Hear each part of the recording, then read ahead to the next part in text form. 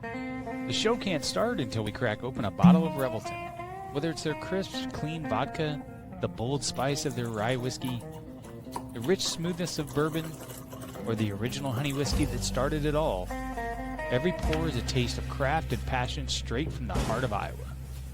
So pour yourself a drink, settle in, and get ready to relax, laugh, and enjoy the show.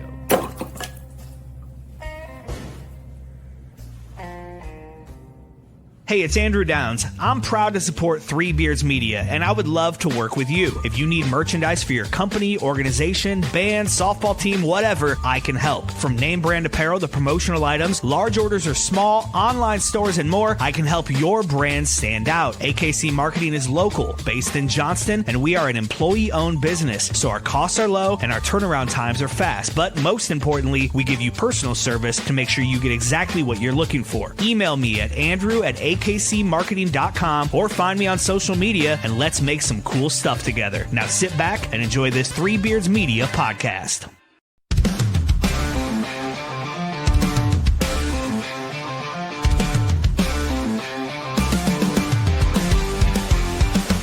From the top of Keenan, kill the roar so loud. Black and gold waving, we're a fearless crowd. Under them lights, the fight burns bright. Greatest team assembled, ready for the fight. We stand tall, we stand true. Every game, every play, got the Hawkeye view. Legends rise, and we all knew that the black and gold's coming straight for you. From the top view, seen the whole state rise. With a heart so strong and fire in our eyes. On the field, on the court, in the stands, we shine. The best in the game, and the state is mine. Cover Hawkeyes, mugging, about to break that glass. Dropping dimes, hitting threes, never second guess. Full court hustle, hear the sneaker slide. With the fight in our veins, we wear that pride. We stand tall, we stand true. Every game, every play, got the Hawkeye view. Legends rise, and we all knew that the black and gold's coming. All right, good evening. Another edition of Hawk's Eye View. Andrew Barber here with Drew Shipley. Wait, that's Bill Blank. This is not He looks Drew a little Shipley. different tonight. A little different. Much better looking. I'm classing the joint up. I already know. That's why they call me. You want to class up your show? I'm the guy you call. That's why we called you in last second. So thank you for doing that. I told you that before the show. Yeah, no problem, man. I love to talk Hawkeyes, so this is easy. Let's do it. Let's talk Hawkeyes. How at 3-2, kind of you've seen every home game. I think most people know you go to every home game. You're right there in the front row of the north end zone. Have been for a few years now, right? How long have you been? I've been there since the renovation, since the very first time that you could sit that close, because I was in the north end zone before. Basically what happened with me was in the year 2000 I started getting season tickets. Okay. And I had 4 tickets and it cost $450 for 4 tickets for the season. That's extremely low. Also, I think we played one less game at that time, maybe 2. Okay. I think we only played 11. Right? Yeah, we went. I remember going 10-1 in 2002. Right? No, I think we played 12 at that time. I think 12 has been pretty standard since. Has it? Because I could have sworn we only played 11 plus the bowl game. But yeah. Now you're gonna make me look stuff up. And I feel like that 12th game was an added game at some point, but maybe not. But anyway, I mean, if you look over the course of the records over the course of years, you can see that there's years they played less games than they play now. Right. But anyway, I started getting season tickets. That was when I grew up going to games. My grandparents started taking me when I was, I don't know, 8 years old, maybe even 6. And they sat in the front row on the 10-yard line. And which was a great seat for a kid. There were times I couldn't see much because you're right. The opposing team's bench was right there. So like their cheerleaders and stuff would be there and everything. And, you know, anything that went down on the other side of the field, you had to be able to see over the top of their bench, you know, to really see it. But Anyway, so I started out in the south end zone. In the year 2000, the south end zone was where the band was, but the student section was on the north west corner. Not even in the end zone, but that whole section on the side right there, that was the student section. Okay. So then somewhere around like 2005, I think, they reset everything. They did some renovations in the south end zone. And they reset everything and all the people, and they moved the student section where it is now. Okay. So all by the people that sat in the north end zone at that time, they changed over to the south end zone because they wanted to be over there with that energy that they were used to, you know. And so I had to at that time I wasn't even going. I was on the road. I couldn't even go to any games anymore. I maybe went to one a year, but I didn't even use my own tickets at that time. But we kept them in my name. A buddy of mine bought them all those years and kept them in my name. And basically post-COVID, I started going to games again. But at that time, we switched to the north end zone, but there was a mezzanine there, and they had those bleachers that were kind of on the field. I don't know if you were ever out, back then. So we were in the front row of that section, but then there was those bleachers and everything. Okay. So then when the north end zone got renovated and I renewed my tickets, I had tickets since the year 2000. I was pretty high up on the food chain as far as seniority and everything when you were picking your seats. So front row, I've been there ever since, and it's fantastic. I love it. Yeah. I have a buddy who has seats in the north. Well, his dad has the seats in the north end zone too. And so I'll probably, I haven't finalized it yet, but I'll probably be there for Penn State week. Oh, nice. And I think I'm more on where you sit, but I'm on the other side of the end zone. Gotcha. So, yeah, like I'm section 137 on the east side, like more east. Yeah. I'm more towards the press box. Yeah, side. Yeah. Right there on the end where you walk down and you can actually walk down to where you go to be on the field. Yeah, you're over there by Hawkeye Elvis. Yeah, right. Mm-hmm. Except he's not Hawkeye Elvis anymore. He's just Greg. Right. Yeah. So that's cool. Yeah, just Greg. Just Greg.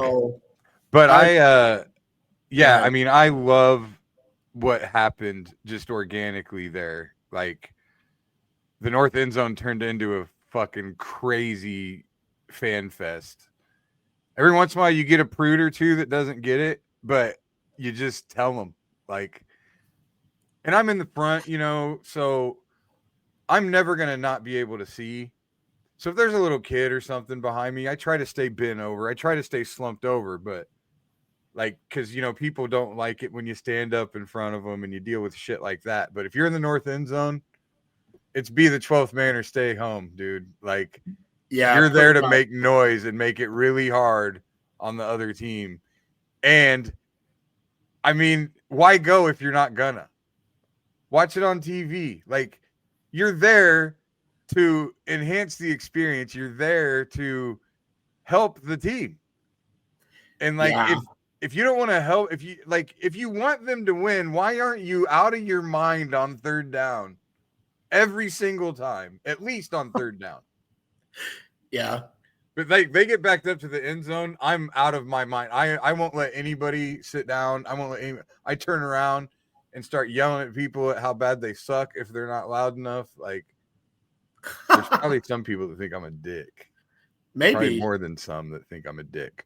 Maybe the people that love me really love me, and they're on board.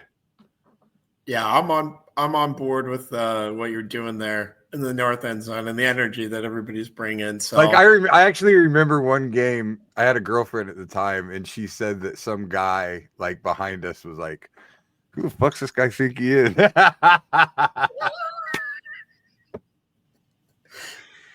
Yeah, I'm the goddamn mayor. That's who. Love it. So I'll have to try to match your energy. I don't know if I can match your energy, Bill, but dude, I'll try to bring my voice. I got at least 10 years on you. You better be able to match my energy, and I'm not even in good shape. Yeah, if that's what I'm saying is like I don't do it all the time. I maybe make it to one a year where I can because it's not my tickets, you know. I Mhm. maybe luck into one a year or one every other year. Yeah, it's So crazy. Now I pay about 1,100, 1,200 for 2 tickets. gosh. Used Yeah, to I pay just can't I 4 just can't for 4. I can't condone that kind of cost right now. So Well, I mean, you mean you can't rationalize that cost? It's not. sorry, not condone. Yeah, I Yeah, can't like rationalize it for myself. Sorry, right. that's what I Yeah, mean. yeah. Yeah. Don't fucking chastise me for buying season tickets, you son of a bitch. Sorry, I'm Bill. contributing to the joy that these guys provide you. Yes. No, and for me, I love it when a team is backed up at that end zone because I already Yeah, know what's going to happen. yeah. I already know. Dude, Indiana, man, we couldn't face them. I gotta admit, like, usually you can draw a false start or two a game, and Yep. Indiana did the thing, dude. They didn't commit any penalties. Right. I mean, they had a handful, but they didn't like no false starts, nothing like that, and Yeah, that was. that really helped them. Yeah, I mean, I haven't. Gronowski getting hurt, I think, was basically where it ended. Uh, Yes. although there's a lot of people complaining at that time, and I think one thing that they don't remember, and I may even be misremembering this. I think basically we just needed to get one first down at that point, Yeah. and then just run the ball, run the clock, kick the field goal, which Mhm. I think he makes it if that's the case. Like I think it was just a perfect storm of shit why he missed it, but I think if we get that first down and it gets under 2 minutes and we can run the clock down to 15, 10, and I think if we get that first down, we also get some more yards, maybe even run it into the end zone. Right. Uh, so it's just that first down. And if I remember right, we threw like a screen pass on like 3rd and 5 Yes. and just didn't execute it. Like, No, we didn't. but it was there. It was easily there. Yeah. And Tim Lester actually went on record and said if it was executed correctly, it would have been a touchdown. Yeah, probably. So if it had just been executed by the quarterback, pretty much would have been a touchdown. So that's the frustration I think that fans have too, is that like But you can't. I feel for the kid, man. I mean, he comes in. Mhm. It's not like he came in because the thing is, like, if your starter gets hurt in like the first quarter, even the second quarter, the backup's still kind of warm from warm ups and stuff. Like, he doesn't have to quickly get ready and go out on the field. And I mean, he does, but he's got still some juices flowing. In this Yep. case, it's the last drive of the fourth quarter. And it's Right. money, it's winning time. Here you go, kid that hasn't taken a snap all season. Like, you can't be mad at him. You can't be No. mad. I'm pissed off that Gronowski got hurt. It's game over if he doesn't. I'm there's no doubt in my mind. Game over, we win. Yeah, I would agree because he was out dueling the Mendoza kid. Really, like their stats were roughly similar, and Gronowski was having a great game. It He was looking was. like he could bring it home. So I think he was gonna. yeah, I think so too. Because But you get that 3rd and 5 with him back there. Now you got his legs too. yes, Like, exactly. we said, once his legs got taken out of the game, we were fucked. Right. And we And finally got that quarterback that we've wanted since CJ Beathard. A guy that can get some yards. It's college football, man. We got to stop running our offense like it's the NFL. I mean, to some extent. Now, I realize that we are a developmental program, and the idea is to put guys in the NFL. And the reason the NFL likes our guys is because they're ready to play right away. yes. And that's fine defensively. But offensively, we've got to start running. And again, I don't think our offense was bad last game. No. But I'll tell you one thing about Indiana that really I and I feel like we could have ran the ball down their throat even more in the second half than we did. Yeah. I think they were wearing down, and from where I sit, this is the first time I swear to you that I looked out on the field and our guys were clearly way bigger than their guys. Like our offensive line compared to their defensive line, we dwarfed them. And so I'm thinking run it down their throat. Now, obviously, maybe Indiana's built for a little more speed than we are, and I think that's what they rely on defensively. They do. On their front line, They 100% rely on speed. Yeah. And so, that's your matchup. But they were wearing down. Those no gains and those 2-yard gains were becoming 4 or 5. Yeah. And it's like, man, just keep shoving it down their throat. And I was like yelling from my seat, they're too little. They're too little. Yeah. It did look that way on TV too. Like, did it? It didn't look like we were physically like so much bigger, but it looks like there was a lot to be had there to running the ball. Yeah. Specifically with Mark, but yeah. Then that went away and that was the ball game. Let's talk about him though, because it sounds like he really actually has a chance to play this weekend. Just based off QB1 on the depth chart. Yeah.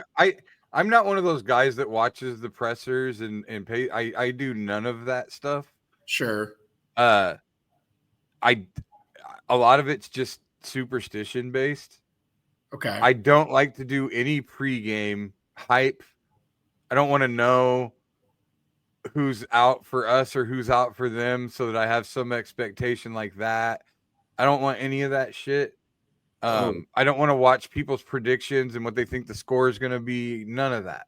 So you don't want to watch our show? No. I'm kidding. When we win the game, I obsessively consume everything after that for that game. I'll rewatch the game 2 or 3 times. If we lose, I don't rewatch it. But if we win, I'll watch it 2 or 3 times. I usually make sure I watch it Friday night before the next game. Because I got to get ready. It's a serious job that I have. I got to backwards scout teams. Gosh. No, but honestly, like I listen to every post game interview. Also, if it's a home game, I'm driving home, so I'm listening to whatever's going on. Huh. I might be exactly the opposite. Really? And I don't really know why. I might be more of I guess I don't watch the Kirk Ferentz press conference things, but I read about it, I guess is what I should say. Well, I say that to say this. If you have seen this stuff, what has been said? Because all I know is he's listed as QB1. Yeah, he's listed as QB1. I think what Kirk has said is he's progressing well. It's not a season-ending injury. He's playing it pretty coy, making it sound like Gronowski has a chance. We won't really know until game time. He's not fucking playing. So it's but we're hearing that all 3 quarterbacks are going to be ready. So I don't know. People behind the scenes seem to think that he is playing. Yeah. Who's behind the scenes? Well, reporting from people like Hawkeye Insider and other people who cover the team. Like Listicow and stuff? Yeah. Yep. Okay. Eichel, Clough, Bach, those guys. That's mainly who I tap into. Those guys seem to be thinking that he's going to play. But also, obviously we had the bye week, so that helped. Right. It just man, if he can play this week, why couldn't he go back in the fucking game? That's the real question. But I think it was more of that's tough because it was 2 weeks ago. So I think that bye week helped him. That extra week. Yeah, had we played last week, he's probably out, I'm sure. Definitely out if we had played last week. What did he hurt ultimately? What was it ever disclosed what actually is wrong? No, we don't know actually the extent. I think it's something with his knee, The knee that he had surgery on?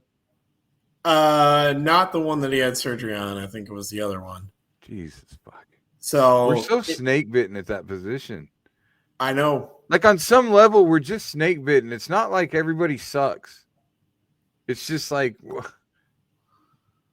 mean, you get down to fourth stringers half the fucking time. What are you gonna do? Right. Do you remember the angry Iowa running back hating God? The Black Heart Gold Pants guys wrote about that. No. They called it the angry Iowa running back hating God when we kept having running back injuries. I think this all kind of started right around, like you remember that year with Drew Tate where he's like with the third string fullback as his running back. Yeah, Sam Brownlee. Yeah, it's like Sam Brownlee out there who was The Emmitsburg Express. Yeah, exactly. That's kind of where that started because injuries kept happening. And, like I remember Marcus Schnorr even got hurt. Right. Like he was our third string guy. Yeah. So it just kept getting worse and worse. Well, Yeah. I think we're seeing a reincarnation of that with the quarterback. Who's that? I mean, I think a lot about running backs that didn't keep playing, that didn't play 4 years or that we lost. Right. That, I mean, I look back at like that Brandon Wager and Adam Robinson combination. That was insane. And they were freshmen. Yeah. Like, good God, we could have had those guys 3 more years. That would have just been, we could have had a fucking. And then after that, Marcus Coker comes along and he's a fucking beast. And we lose him. He transfers to Bethune-Cookman or some stupid shit. Stony Brook, I think. Like, I mean, I think about stuff like that a lot, you know, and I think that's where people don't give Kirk a fair shake sometimes. They don't take into consideration stuff like that. Or when you bring stuff like that up, they'll say things like, well, if he's so great, you overcome it. Well, we're not Ohio State. When you get to the fourth string, we're Central College. Yeah. Well, that might be a little disrespectful to Central College because they're actually a D3 football powerhouse. I know that, but they're not going to beat Ohio State. They're going to get beat by 100. And so when you get to the fourth string, it's like being a D3 team full of seniors, you know? True. It's true. Yeah. So all that to say, I think he plays. I think they go trot him out there. I truly question how mobile he's going to be. Yeah, which that's if he's his not game. mobile, he better be able to put it on the money. Right. Yeah, I mean, we're gonna be back to that 10-point games again. I hope the punter's good, and like if he's not mobile, I mean that's where we're gonna be. The other good news is that it sounds like Reese Vanderzee could play too. Oh yeah, and that's the guy that a lot of people viewed as probably our best all-around wide receiver. Yeah, even last year. Season. Yeah, so I think it would be big news if both Gronowski and Vanderzee can play in this one. I think that would. I don't think that's necessarily going to swing my view of what the potential outcome could be, because we haven't talked about Wisconsin yet. We're 25. Wisconsin looked a lot better last week. Sure, it looked like they sucked up until last week, and then they went in the big house and played pretty well. Right. I was confused. I was confused by that because I thought Michigan would blow the doors off of them. Really, truly. Well, sometimes you just match up right, I guess. You know, and you just kind of find out. And then sometimes teams don't turn out to be as good as you thought.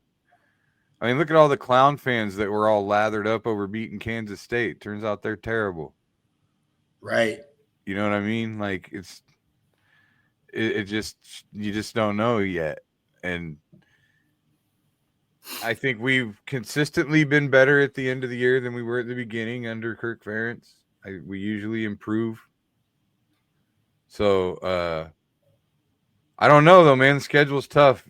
that Indiana game hurts. Like we should have had that game, and hopefully that's not a turning point in a negative direction. Hopefully, I think, yeah, I don't think it is. I think it might have been had it not been close at all. yeah, If it had been the blowout that some people projected, then right. I don't think it. I think it would have been pretty negative. I don't want to take a moral victory, No, a moral victory lap. But no, I thought we were gonna win that game going into it. I was like, right, fuck these guys, dude. Kinnick is where these teams come to die.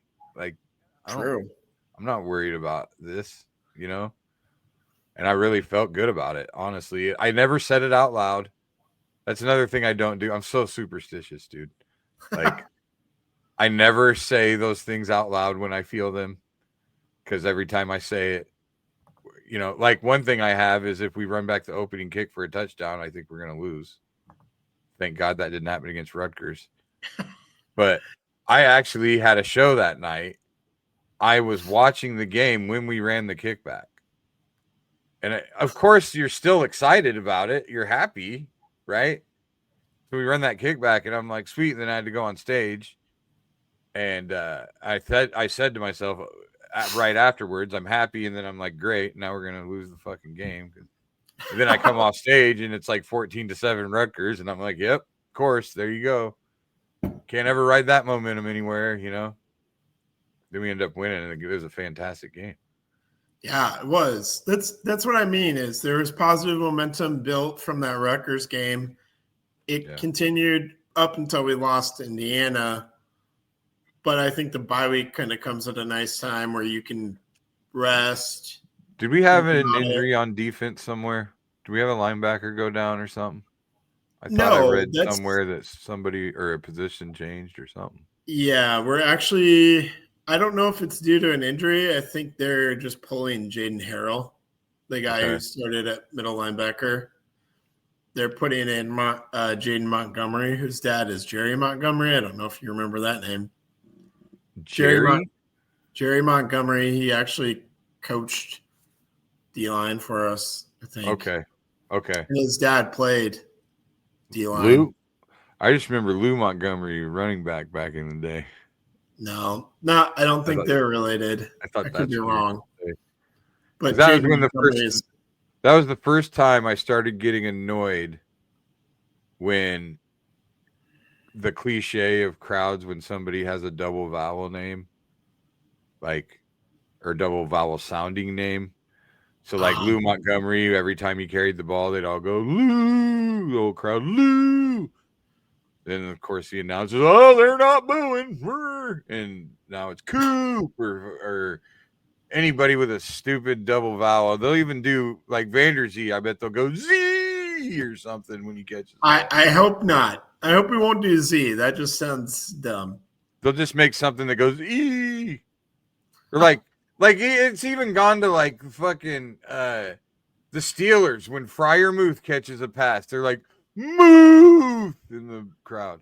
I'm a Packers fan. Everybody used to love John Kuhn. It would always be Kuhn. Yeah.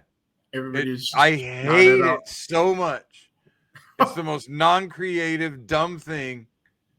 I hate that shit, dude. Any of that non-creative, all those stupid cliche things, they drive me nuts. It's time for people to stop doing that. All right. I love Cooper DeJean. And I wanted people to shut up every time he did something. That's crazy. Yeah. That's crazy. And everybody around me knows I hate it. My friends will text me, "Coo," a whole bunch of O's. Coo. I'm also a Cowboy fan. So last year before when Amari Cooper was playing for the Cowboys. There you go. When everybody named Coop gets it, it's not unique. Stop. Right. It needs to be a special reserve for very special players. Yes. I would agree. Anyway, the best. I'm sorry. I'm taking things off the rails here. This is what I do. I love it, Bill. I What do you love it. wanna We get haven't had to? a show go off the rails, so we need it. We need What do it you want to 'cause we're get always to? Where are we at? Do you know anything about Wisconsin? I say fuck them. I do know. I do know a little something about Wisconsin. They brought in a transfer quarterback from Maryland, but he got hurt, so now they are kind of rotating quarterbacks. And last week they played their third string quarterback voluntarily Against Michigan? against Michigan. And they played that well with him, huh? They played that well with him. So Well, I'm not that's sure. scary. A little Yeah, scary. I think they're going to roll him out, but they won't hesitate to use kind of the second string guy that they've got as well. I don't think I don't know. Yeah, go ahead. I don't think the Wisconsin fans like their coach very much. They don't. They're pretty much ready for it to be over, and It's I only do his think second year, isn't it? year 4 actually. Oh, it Time is? It's Time 4? flies. Time Oh, flies. shit. Yeah, year 4. And they're not really, people aren't too patient anymore. Like they gave Captain Kirk like 5 years, kind of, sort of. You know, Yeah, they did. Guys aren't getting that much anymore. I think that's why that record probably won't ever get broken, because You're right on track. people Yeah. get fired too fast. Yeah, now you get 3 years max. You get 3 years maximum, really.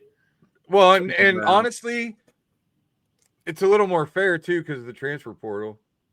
Like you can Right. reload on some players. It didn't exist. And coach them up if you're good enough, you know. Yeah, transfer portal, NIL, revenue sharing, all of that. If you can get that going in your favor, then you can turn it around pretty quickly. But yeah, I don't think Fickle's turning it around, and moreover, he kind of tried to change the identity of Wisconsin football. Right. Tried to make them like this spread, throw the ball over the yard team, and that just will never work. No, they're Wisconsin's 400-pound lineman and Ron Dane. Like, yeah, that's what they should be about. They should be about running the football, being a physical team, very much like Iowa. That's when they had success. They were doing well, and Iowa we've always been kind of mirrors of each other. Yeah, and one of us would be better at it year to year. That's and we would never kick each other's ass. You know, it was pretty rare that I can remember dominating Wisconsin a few times, but it was pretty rare. And vice versa. We did in the Fry era, but during the Ferentz era, that's been rare. Right. Well, the Alvarez era. Yeah, once they got Alvarez, it all changed. Right. So, and from him, and then he's still the AD, isn't he? Yep. Yeah, I mean, so he's still got his fingerprints on it. I'm surprised he hired that kid. Yeah, but he was the hot commodity at the time. Yeah, true. Everybody loved him. Everybody, because he had taken Cincinnati to the playoffs, right? And it was kind of a major feat to take a team like Cincinnati to the playoffs. Yeah, but they play in a shit conference. Like, it doesn't mean anything, you know? They weren't Big 12 at the time when Fickle took them there. Yeah, we were something even worse. American, yeah, they were American. That's what I'm saying. Like, it's just fucking, come on. I mean, look at the Big 12, for example. I mean, somebody's got the easiest road to the playoff in the world in that conference. Yeah. I would agree. Garbage ass conference. Right? Yeah. So I don't know. Like, that's kind of the state of Wisconsin. I think their fans are kind of very out. I mean, they were having fire Fickle chants. Yeah, I've heard. I heard it. Home game. I heard it. So I was laughing. Yeah, and if it's a repeat of last year, because when we went 42-10 in Iowa City last year against Wisconsin, is there anything like that in Madison? This is it. Oh, I agree. If we were, but we're not going to beat them like that this year. I don't think. I don't think so, because I don't know if you heard about this, but they have been doing 42 push-ups after workouts all off season. for giving up 42 points for to giving up 42 points to Iowa last the year. worst offense in the world. Yeah, pretty much that's what they said verbatim. Was like, you never hear about them putting up 42 points in a game. Yeah. So they They have this. Yeah, that would be pretty awesome to do that again. Right. And we did that with Brendan Sullivan. Really no passing game to speak of. Yeah, but it was at home, and our defense was better last year than it is this year. I would agree. A lot more turnovers, a lot more, they're coming around though. They're playing well. The defense definitely always gets better throughout the year. And True. I think Xavier's had a really good year. It's been nice to see him flying around and just hitting people. Yeah, I love Entringer too. Entringer's been flying around and getting the accolades now, finally, I think. Yeah. Yeah, he's definitely going to play on Sundays. He was big in that Indiana game. Huge. He had a couple of fourth down stops in that Indiana game. Yeah. Where he's flying into the backfield. That was awesome stuff. Yeah. One thing was, we talked about how bad Wisconsin is. One thing that they do well is stop the run. So they're like actually number one in rush yards allowed. Like that means they're the best at not giving up rushing yards. Yeah, so we have to throw on that. Yeah. Or maybe we don't. Maybe we don't. The thing is, they gave up plenty of rushing yards against Michigan. First of all. Who did they play before Michigan? We're only 5 games into the season. They played Alabama. Alabama threw the ball all over them, though. Yeah. Like, did Alabama whoop their tail? Yes. Yeah. So that is what it is, right? Right. So who they play besides that? Not much of anybody. Alabama and Michigan, right? Yeah, it's pretty skewed. I mean, they played Maryland. They had a home loss to Maryland. That's probably what really started the Fire Fickle. Yes. Thing. That's Maryland beating them 27-10. Yeah. But other than that, it's Miami of Ohio, Middle Tennessee State, right? So it's not right. So that's a like deceptive stat to me. We're not gonna go in there and not try to run the ball. There's no way. It's not ever gonna be what we do.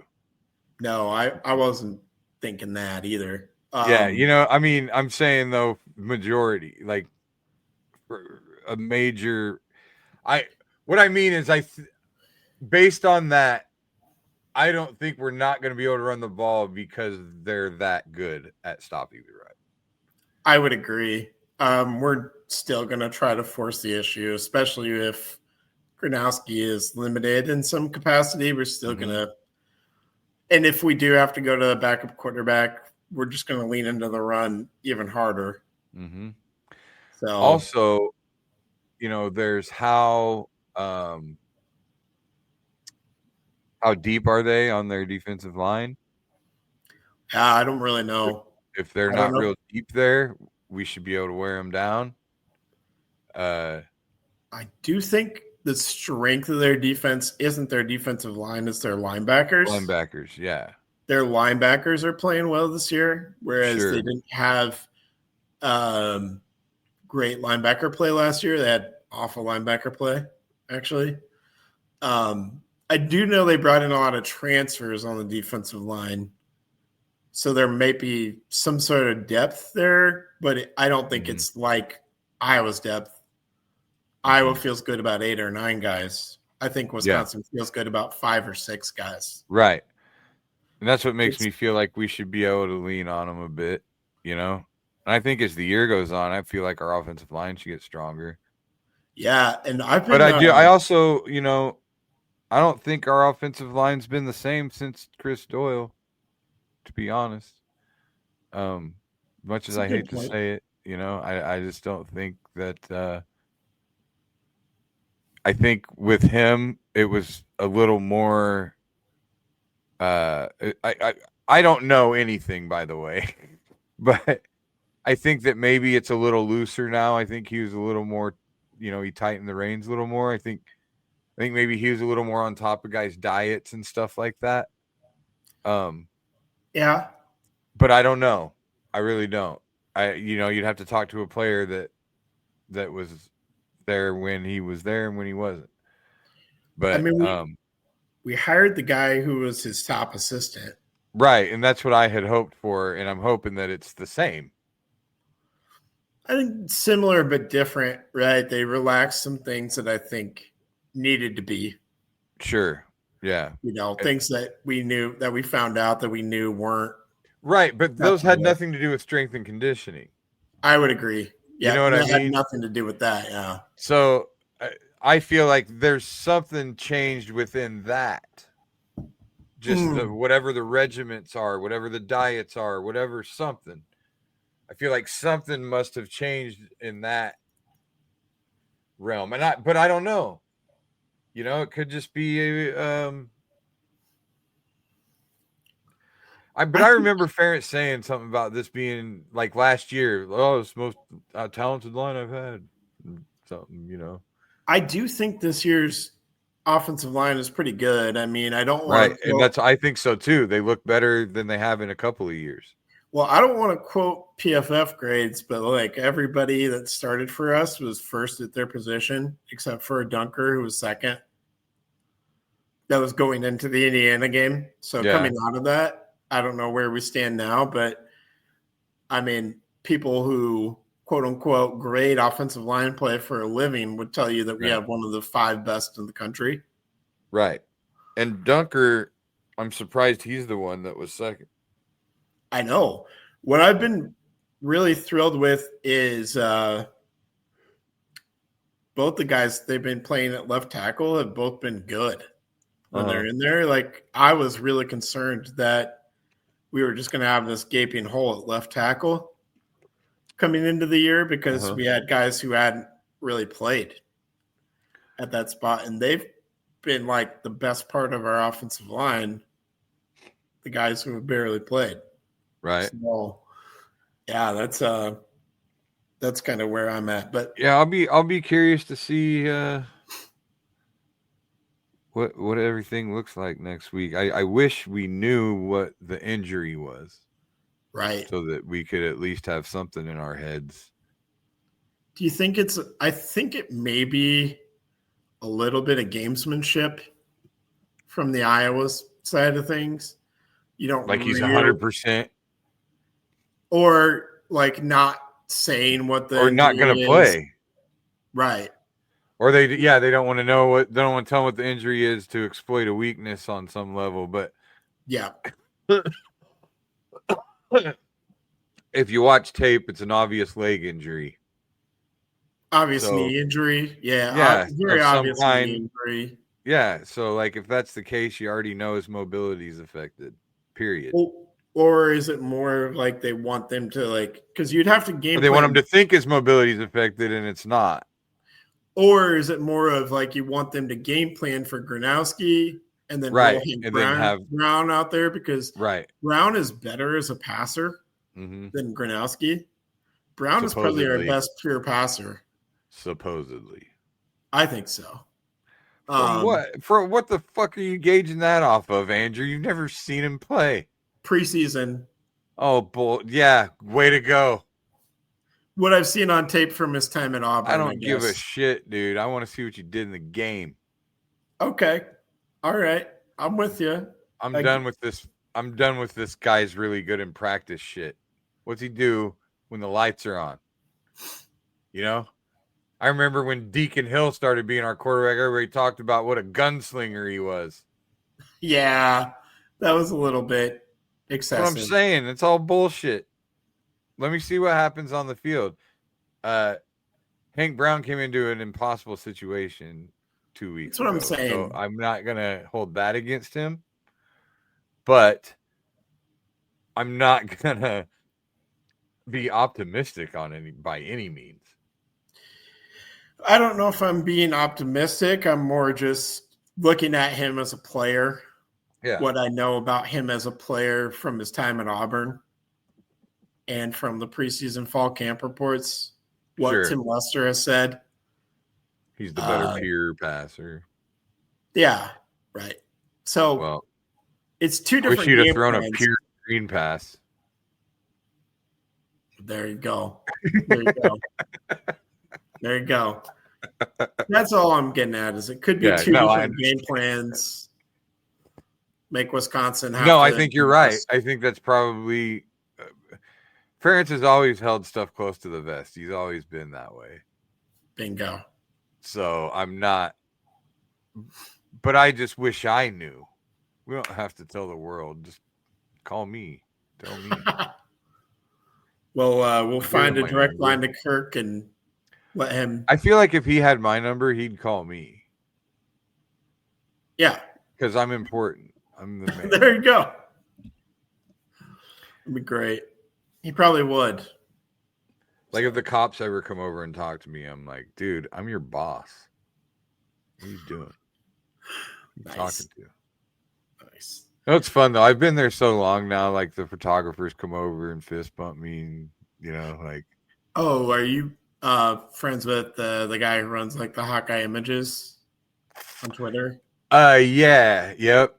I keep forgetting his name, but yes, he takes great pictures. I've got pictures on my wall that he's taken of me. That's awesome.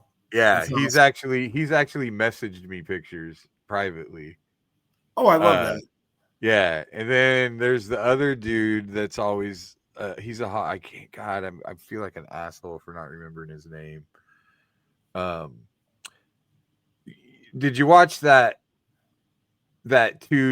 48 hours and Carver or whatever thing that was on Big Ten Network about when we beat Michigan State at the buzzer, like had that huge comeback, and then Caitlin Clark hit a buzzer beater the next day.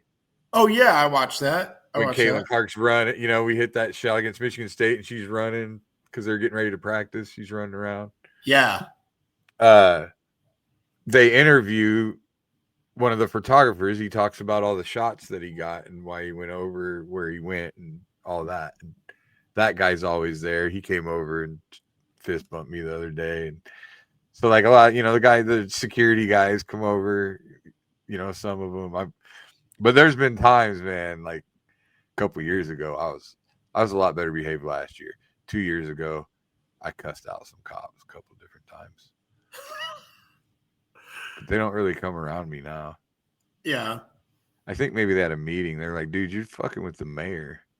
Like, that dude's harmless. He's just intense and wants to win the game. I see. But I get it, dude. If you don't know me, like, look at the picture from the Indiana game, right? Yep. Remember that picture that we showed on my podcast? Yep. That was right after the interception. That doesn't look like a guy that's happy,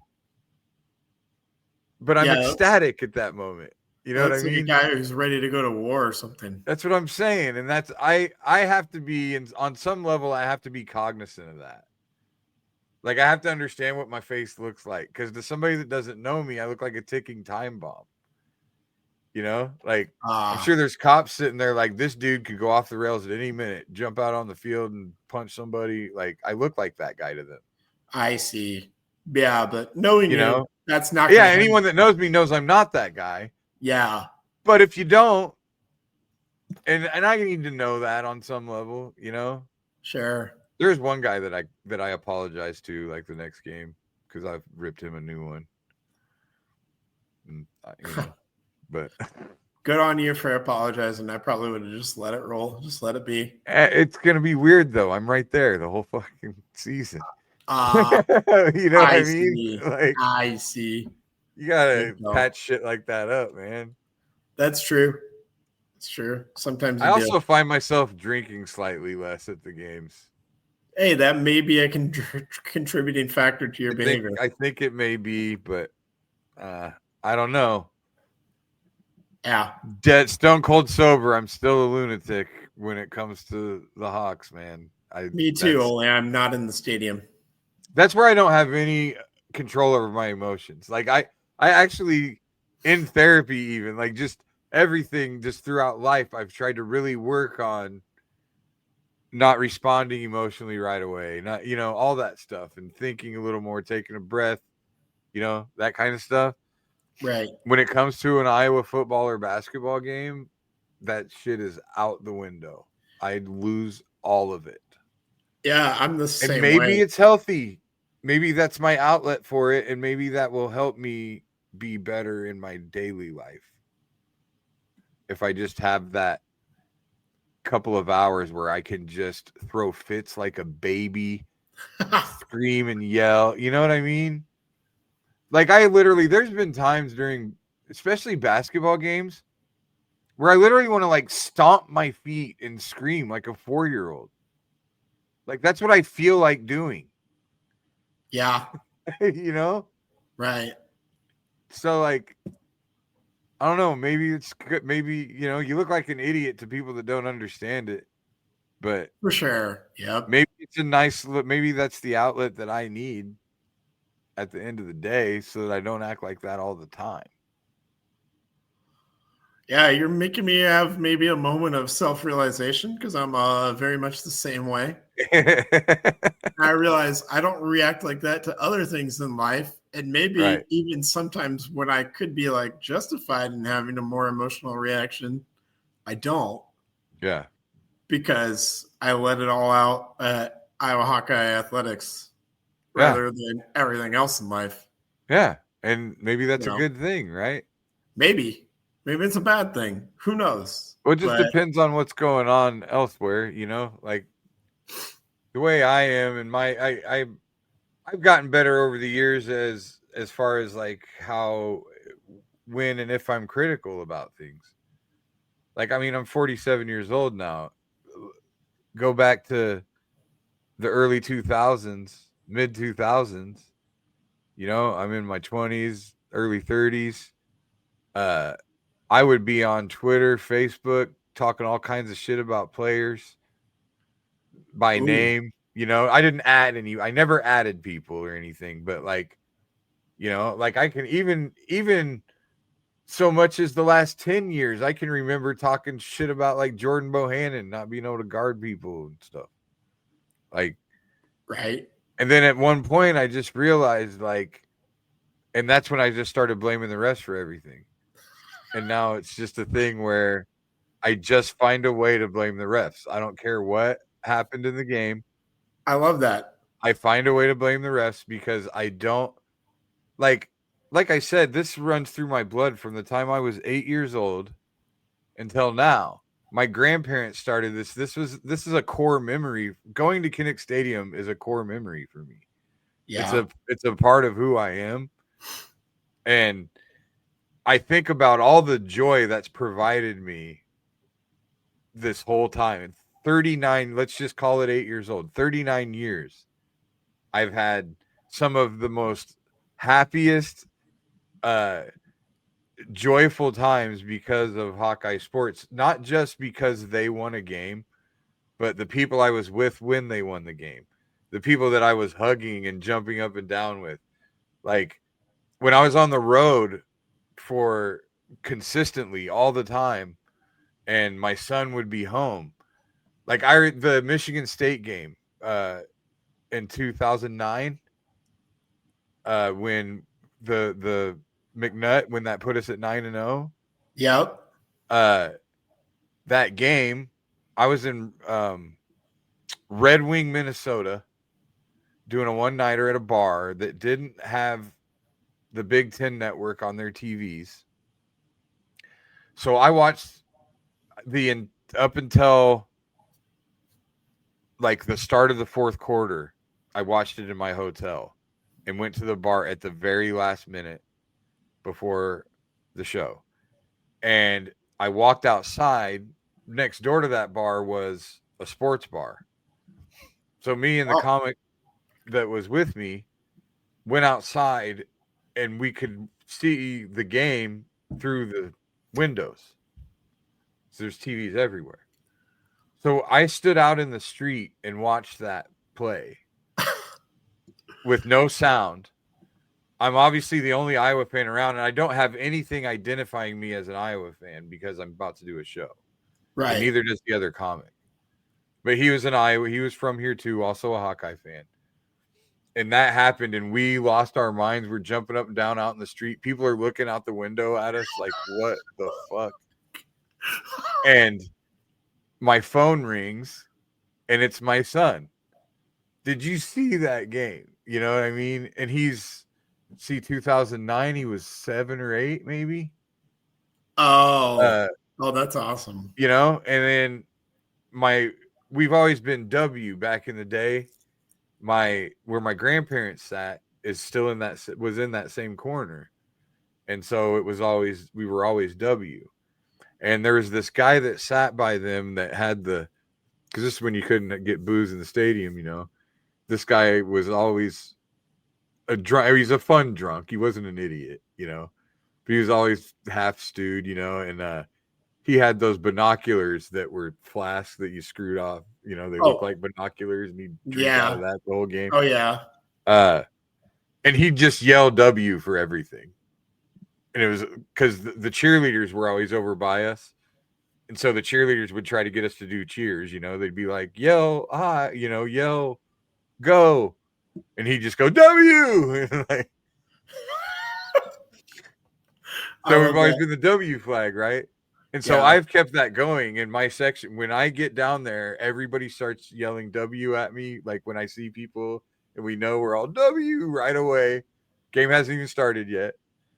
And my grandma is still alive. She's the last grandparent I have left.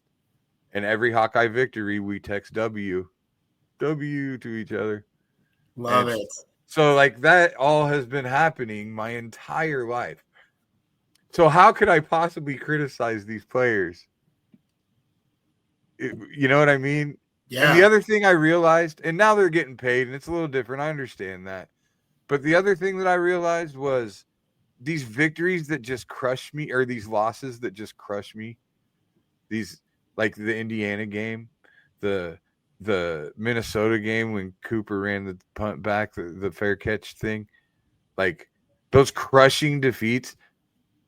I don't care who fucked up. Whoever fucked up, I know is hurting 100 times more than I am.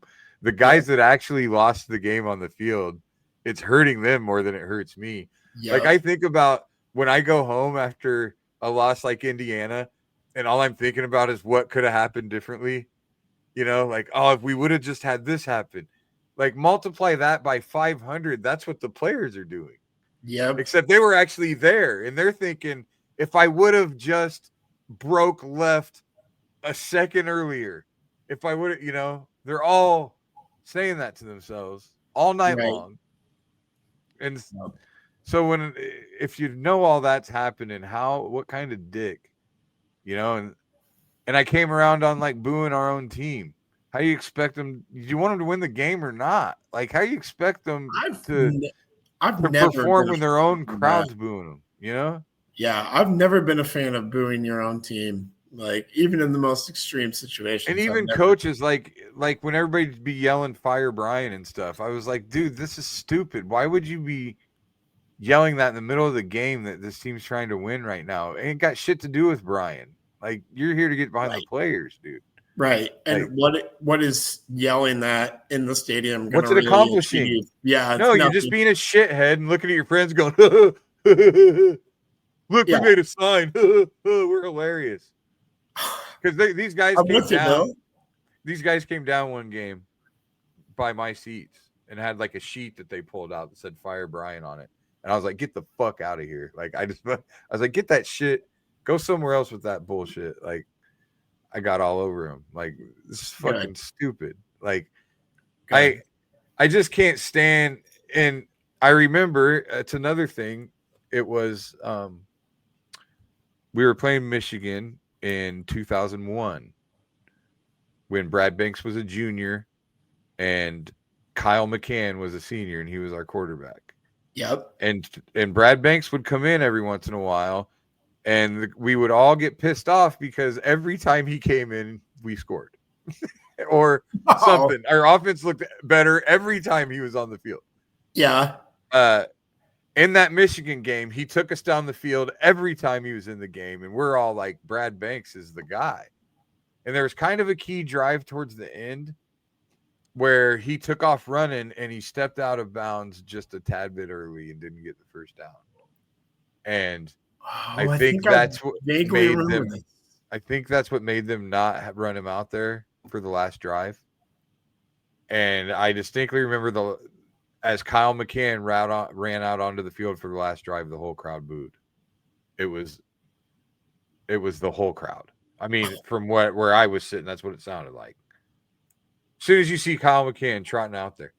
And that was a game-winning drive. And I remember C.J. Jones, wide open, ran a post route, was wide open, would have won the game. And McCann overthrew him by 15 yards. And he was literally all by himself. He could have underthrew that ball. And I remember going back to our tailgate after the game. And at this time, 2001, I was barely 21 years old, 22. And a bunch of guys I went to school with, we were there tailgating. And one of them was our quarterback in high school. And he was saying, like, how you expect him to go out and win the game when he runs out there and his home crowd's booing him like that? Like, what the fuck kind of stupid shit is that? And so from that moment on, I realized, oh, yeah, you're right. Like, what good did that do us? Do we not want to win the game anymore or something? Yeah. You know? So those type of things. And so I'm a little more understanding. You can see, like, my son, you know, he's 23 years old. He gets a little crazy. And I got to be like, dude, chill, you know? Yeah. I see myself in him a lot, though. Yeah. I want to shake him every once in a while and be like, no, dude, you're going to cringe at this shit when you get older. You're jogging so many memories for me because you brought up that Michigan State game and how you were going crazy. And maybe I've told this story before, but it was my junior year of college.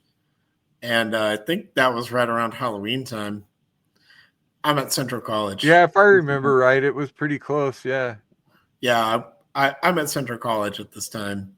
And my buddies and we actually gathered in like our common area to like watch all this game together. They had like a huge party to like bring everybody together and watch football because the dorm director or whatever was a huge Iowa fan. Yeah. But after that happened, my buddy and I whip our shirts off, and we're not physically fit at all. We go running around. I kid you not. We went around every major dorm on Central's campus. There's 4 of them. Yeah. And they all have like 3 or 4 floors. And we went around every floor screaming the Iowa Fight song at the top of our lungs. That's awesome. I just ran around the entire campus. And we weren't drunk, so we didn't get in trouble. Right? Yeah. We were just sober, so elated. Happy as shit. And I mean, it wasn't like I had like a ringtone. I had like the Iowa Fight song as a ringtone. So I'm holding my phone and just running and playing around. the ringtone on repeat. Yeah. Running That's around awesome. because we didn't even have like Spotify or anything like that at that point in time. I think a lot about times, a lot of my favorite memories are when I was the only Iowa fan there in the room or, you know, like, and then I'm calling people, you know, like when we beat UConn, when UConn came in number 1, Dean Oliver's senior year. And, it was the next year after Dean Oliver's senior year. Okay. UConn beat us out of the tournament the year before. And then the next season, Alexander Hamilton had left, but they still had Khalid Al-Amin. And they came in number 1. And we played them like it might have been the first game of the season even. And it was I remember my buddy Jason Price was our point guard that game. And he D'd him up something terrible. And we beat UConn. They were number 1. And I remember calling my buddy. I was at a bar on the south side. No, it wasn't a bar. It was Okaboji. It was a restaurant. They closed it since then, but it was Okaboji Bar and Grill. Everybody's in there just eating dinner and shit. I'm fucking standing up, calling charges like I'm going crazy. Everybody's staring at me, making fun of me. We win the game. I go outside. I call my buddy who's in Oregon, had moved to Oregon, and I'm like, did you see that shit? Number 1. And I can see people looking at me out in the window. I'm out in the parking lot. Yeah, that's number one. And I'm going crazy. Everybody fucking laughing at me, pointing at me and shit. I remember I was in Topeka, Kansas. We were playing Syracuse, and we had like two. We had to do like two. We had to stop them on like 2 or 3 fourth downs on the goal line to win the game. Like there'd be like a penalty that was an automatic first down, and then we had to do it again. You talking Something about the like Syracuse game with the Yes. goal line stand? Yes, I was in Yeah, Topeka, the Jason Kansas. Manson game. Yeah, I was in Topeka, Kansas by myself in the bar. I was doing a show at this place later on that night, and so I went to where I was doing the show. It was like a sports bar, and then they had a kind of a theater like thing in the back. So I was sitting in this sports. I think if I remember right, it was called Jeremiah Bullfrogs. And Yeah, I've it was heard in of that Topeka, actually. Kansas. And so I sat in the bar, watched the game I had to ask somebody to put the Iowa game on one TV out of all the TVs. I was the only one watching the Iowa game and just losing my mind the whole time. Gosh, good memories. But yeah. Last one, and then I think we'll take a break. We'll take a little break, Bill. Well, shit, we're over an hour. We probably got to get out of here soon, right? Yeah, take a break, and then I will make a prediction. I know you don't like to make predictions. I will to carry the show. But one more memory before we take a break here. Capital One Bowl, the Tate Holloway. Everybody remembers that. But I was at a house party with a lot of Iowa fans. I'm only 15, 16 at the time. Yeah. Everybody else there decides for whatever reason to go upstairs. I'm down in the basement in front of my family friend's big screen TV. I'm locked in until the final second because that's the thing about me. I lock in until the final second. Everybody quit, right? Everybody had quit. Everybody quit on me. Yeah. And I'm kind of known at this time for maybe making things up, sensationalizing things. You know? So nobody saw it but you? Nobody saw it but me. And I start going nuts in the basement, and they think I'm You're just full of shit. Full of it, and I'm running upstairs. I'm like, no, I'm telling the truth. I'm not Boy Who Cried Wolf this time. Come on down. Good thing they showed that replay like 5 or 6 times because they didn't believe me. So I had everybody in my family and friends believing me. Finally, it took me going nuts for them. I had like my son always loved being around me and my friends because we were just such lunatics. And like I remember there was a whiteout at Penn State where Adrian Claiborne blocked a punt and ran it back for a touchdown. That was like a really big game. And a buddy of him, I think that was 09, wasn't it? Yeah. That's when Musburger was like, "You are watching one of the smartest teams," blah, blah, blah. And a buddy of mine had a really old Hawkeye shirt on that we'd been making fun of all day. And when he ran that punt back, we all ripped that shirt off of him. And it was just this huge. And my son thought that was the greatest. He was like in first grade. It's like, that's the greatest thing he's ever seen. And that Capital One Bowl, I remember that because of just the difference in emotions. Because like when LSU, we started out that game just whooping their ass, just dominate. Yes. And then they score to take the lead, and it was like it was over. And we're just like how crushing that was, the span of time and the emotions. You were dominating, and this happened, and you are just the lowest of the low.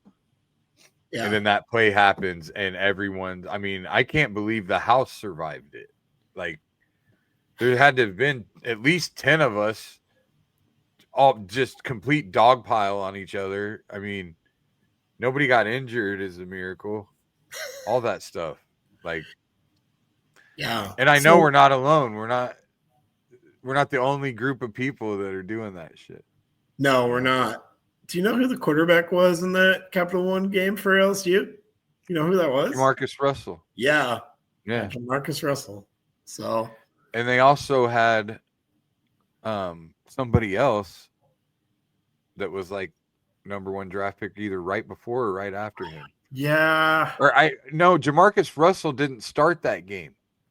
That's kind of how it went. Is Jamarcus Russell didn't start that game, and then he came in, and then they started winning. And that's why we always feel like the backup quarterback's going to beat us. Yeah. Jamarcus Russell. Great. They put in another guy, and he's going to be better. When historically, that's not the case at all. But that one time, it's always like, oh, this only happens to us. Of course, backup quarterback has a game of his life against us. Okay. I did say one more, but truly, one more. I got one more. My RA, my sophomore year, was the biggest Penn State fan I've ever met. 2008. That's the Sean Green game.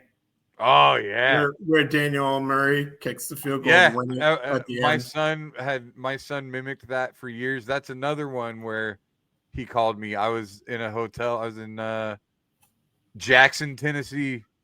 I was in a hotel room watching it by myself, wondering if I was going to get kicked out because I was losing my mind. And then my son called. He loved Sean Green. He loved Daniel Murray. Yeah. He used to run through the yard and slide on his knees like he made that field goal. So that was a great memory, but the best part of it all was my RA had left for the weekend. Before the weekend, he had told us about the marshmallow tradition. Apparently, Penn State students used to take the big puffy marshmallows and throw them at opposing fans. Oh, yeah. He said, don't be so annoying that you'll have to make me do that. So we found out that if you lick one side of a marshmallow and stick it to a wooden door, it'll stay. So we licked a bunch of marshmallows and put it all over his door after the game. We also printed pictures of Joe Pa and put devil horns. We didn't realize how prophetic that would be. Yeah. At the time. That turned out all right. But we put up devil horns on Joe Pa and all this stuff and put it all over his door. So yeah, that was I remember when all that first happened, the amount of Penn State fans that were like, he's just an old man, leave him alone. Oh, fuck you. Yeah. All right. Well, let's take a break. We'll come back and then we'll wrap things up. All right, man. Making great tasting bourbon requires the perfect combination of ingredients, conditions, and time. The longer it rests, the better it tastes. Revelton Distillery's new single barrel bourbon is made from 80% corn, sourced 100% from Iowa farmers. And unlike mass-produced bourbons, each barrel of Revelton's single barrel bourbon is unique, proofed on when it tastes best. As they like to say, it'll be ready when it's ready.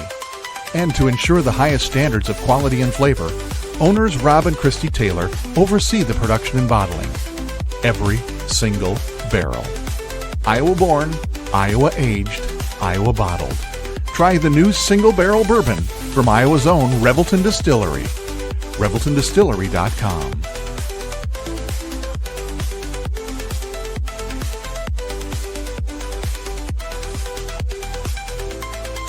Gentlemen, let's be honest. Finding the perfect gift for your wife or girlfriend isn't always easy. You want something thoughtful, stylish, and unique.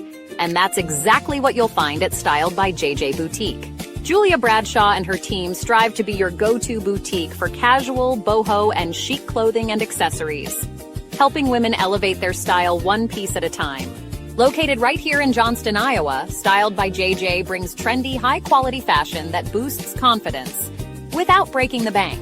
So, if you're looking for a gift that says, I get you, instead of I tried, head to Styled by JJ Boutique. Because nothing makes her smile like feeling beautiful. Styled by JJ Boutique, where style meets confidence. Visit our Johnston location or shop online at styledbyjjboutique.com.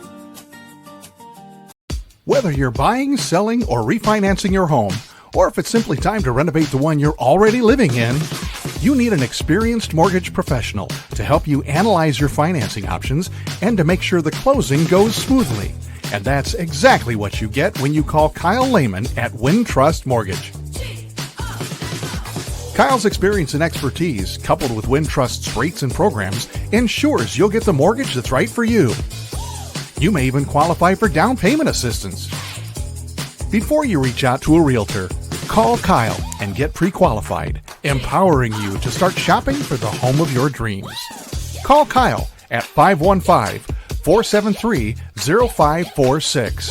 Kyle Lehman Wintrust Mortgage, 515-473-0546.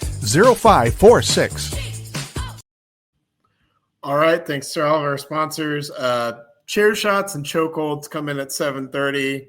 Chris just let me know. Got my first ever wrap it up early because we are always wrapping it up early here on Oxeye View. So thanks, Bill. He said to check your text or some shit. Yeah. Yeah, my bad. I don't check my text during the show, Chris. I lock in just like I do during Iowa games. But we'll hope that the Iowa football team is locked in. Bill, thank you. Like this absolutely, has been awesome. Man. It was a blast. If we had more time, I feel like we could have gone for 3 hours.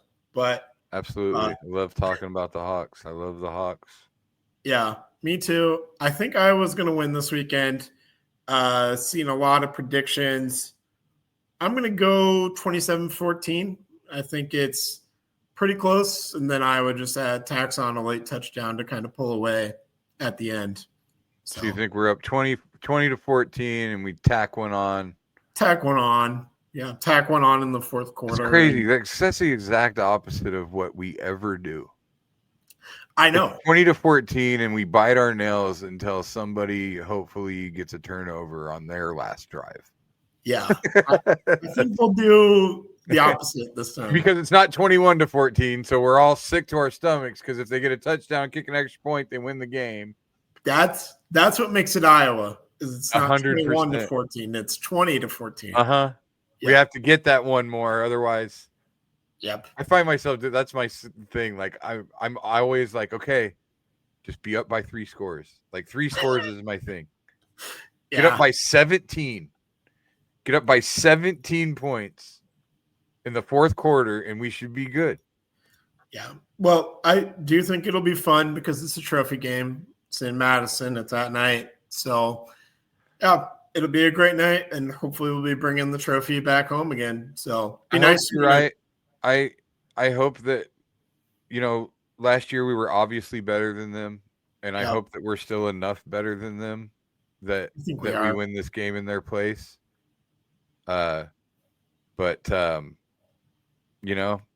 Wish in one hand, shit in the other. I don't have any idea. I'm not gonna predict a score.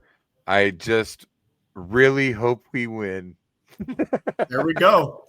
And we will. But thank you everybody for listening. Thank you again, Bill, for being here on Short Absolutely, List. man. Thanks for having me. Stay tuned for Chair Shots and Chokeholds. That's a great show.